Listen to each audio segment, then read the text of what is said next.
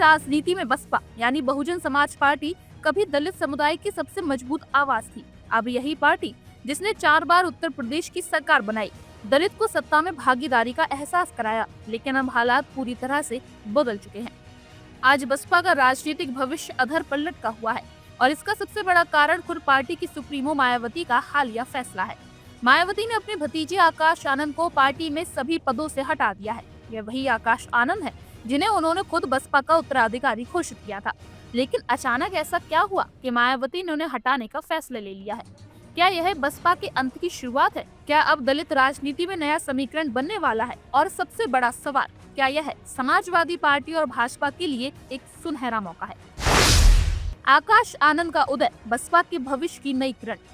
आकाश आनंद मायावती के छोटे भाई आनंद कुमार के बेटे हैं। 2017 में उन्होंने पहली बार राजनीति में कदम रखा और 2019 के लोकसभा चुनाव में बतौर स्टार प्रचारक उभरे। उनका अंदाज अलग था, युवाओं को आकर्षित करने वाला था। जब बसपा का वोट प्रतिशत गिर रहा था और पार्टी का जनाधार कमजोर हो रहा था, तब ऐसा लगने लगा कि आकाश आनंद नई ऊर्जा लेकर आएंगे। इसी उम्मीद में दिसंबर 2023 में मायावती ने उन्हें अपना उत्तराधिकारी घोषित कर दिया। यह ऐतिहासिक फैसला था क्योंकि मायावती ने हमेशा पारिवारिक राजनीति का विरोध किया था, लेकिन उन्होंने आकाश आनंद को पार्टी का राष्ट्रीय समन्वयक बनाकर एक नई शुरुआत की थी। बसपा के अंदर और बाहर यह माने जाने लगा था कि आकाश आनंद पार्टी के नए दलित चेहरे के रूप में उभरेंगे और बसपा को फिर से मजबूत करेंगे। फिर अचानक सब कुछ बदल गया। आकाश आनंद को क्यों हटाया गया? लेकिन मई 2024 में मायावती ने एक चौंकाने वाला फैसला लिया। आकाश आनंद को बसपा के सभी पदों से हटा दिया गया। मायावती ने कहा कि उनमें राजनीतिक परिपक्वता की कमी है। अब यह सवाल उठता है कि मायावती को अचानक ये फैसला क्यों लेना पड़ा? क्या इसके पीछे कई बड़े कारण हो सकते हैं? नंबर 1, आकाश आनंद के विवादित बयान। सीतापुर की एक रैली में आकाश आनंद ने भाजपा की तुलना तालिबानी से कर दी थी। यह बयान भाजपा के खिलाफ तो था, लेकिन इससे बसपा के दलित हिंदू वोटरों में गलत संदेश गया। इस बयान के बाद उनके खिलाफ कानूनी मामला भी दर्ज हुआ। मायावती हमेशा सतर्क राजनीति करती हैं, वह विवादों से बचती हैं और अपने कोर वोट बैंक को कभी नाराज नहीं करती। आकाश आनंद का यह बयान बसपा की इस राजनीति के खिलाफ गया, जिससे मायावती नाखुश हो गई। नंबर 2, बसपा के अंदर गहरी नाराजगी। बसपा में कई पुराने नेताओं को यह पसंद नहीं आ रहा था कि मायावती अपनी राजनीतिक विरासत अपने परिवार के किसी सदस्य को सौंप रही है।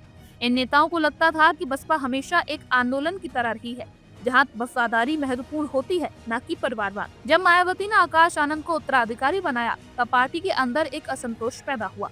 कई नेताओं ने चुपचाप विरोध करना शुरू कर दिया और इस असंतोष की वजह से पार्टी के अंदर तनाव बढ़ गया। नंबर 3, बसपा का लगातार गिरता जनाधार। बसपा के प्रदर्शन को देखें तो पिछले 10 सालों में पार्टी की हालत लगातार खराब हो गई है। 2012 विधानसभा चुनाव 80 सीटें यानी 25.91% वोट शेयर।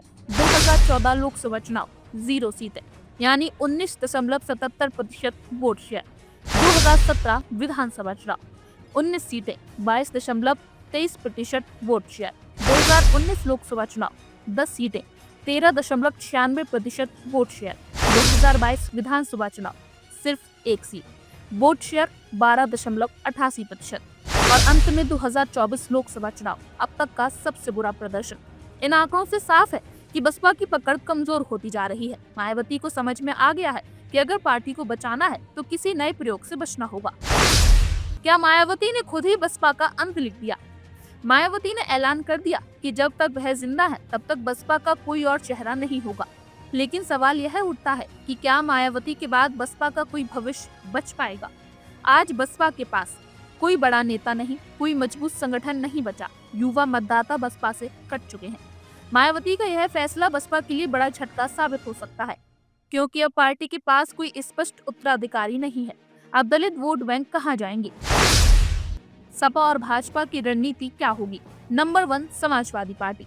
सपा पहले ही पीडीए यानी पिछला दलित और अल्पसंख्यक के नए समीकरण पर चुनाव लड़ रही है। अगर बसपा पूरी तरह खत्म हो जाती है तो दलित वोट बैंक सपा में शिफ्ट हो जाएगा।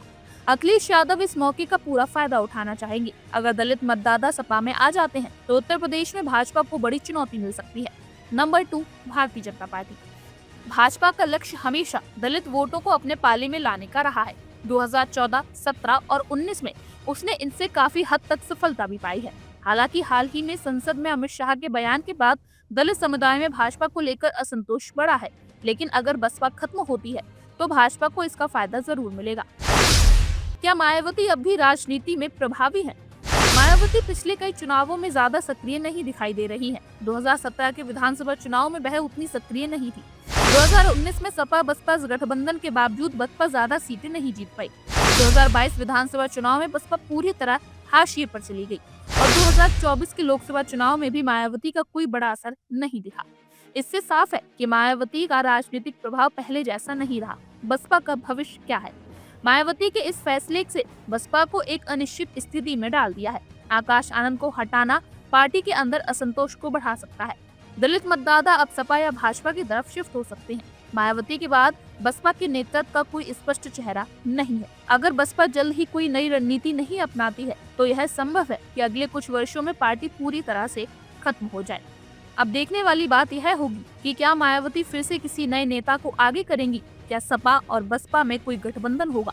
क्या भाजपा इस स्थिति का फायदा उठा पाएगी? आपका विचार क्या है? क्या मायावती के बिना बसपा का भविष्य बच सकता है? कमेंट्स में हमें जरूर बताएं। बच्चे अपने बाबा साहब को पूज रहे थे तो उनसे वो बर्दाश्त नहीं किया गया। लाठी मार मार कर उनको पीटा, सिक्योरिटी गार्ड को बुलाकर उनको पीटा और फिर उनके खिलाफ केस, फर्जी केस दर्ज कराकर उन्हें जेल में डाल दिया। साथियों, क्या इस स्वतंत्र भारत में, बाबा साहब के भारत में, क्या हमको उनकी जयंती बनाने का हक नहीं है क्या? अगर कोई आपसे वो हक छीने तो उसकी क्या सोच है, आप ही बताइए। कैसी सोच है उसकी अगर वो बाबा साहब की जयंती नहीं बनाने देना चाहता? मानवतावादी जो गंदी सोच है इन लोगों की, जो बाबा साहब को नहीं मानते, जो बच्चे बाबा साहब के बारे में पढ़ते हैं, जो उन्हें अपना भगवान मानते हैं, उनके खिलाफ हैं ये लोग। तो अगर सरकारी कॉलेजेस जहां पे शिक्षा दी जाती है, अगर शिक्षा के जन्मदाता, शिक्षा के जो प्रतीक है हमारे, अगर उसकी ही जयंती नहीं बनाने देंगे तो ये लोग किसके साथ हैं और किसके खिलाफ, आप खुद ही समझ जाइएगा साथियों। इन्होंने जातिवादी हमारे बच्चों की शिक्षा तक में घुसा रखी है। ये चाहते नहीं कि हमारे बच्चे पढ़े, हमारे इतिहास के बारे में जाने। आप जानते हैं ना वो बड़े बुजुर्ग क्या कहते हैं?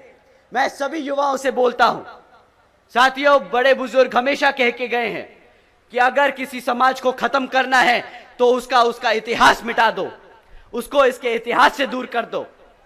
हमारे स्कूल में, हमारे कॉलेजेस में बाबा साहब का इतिहास है।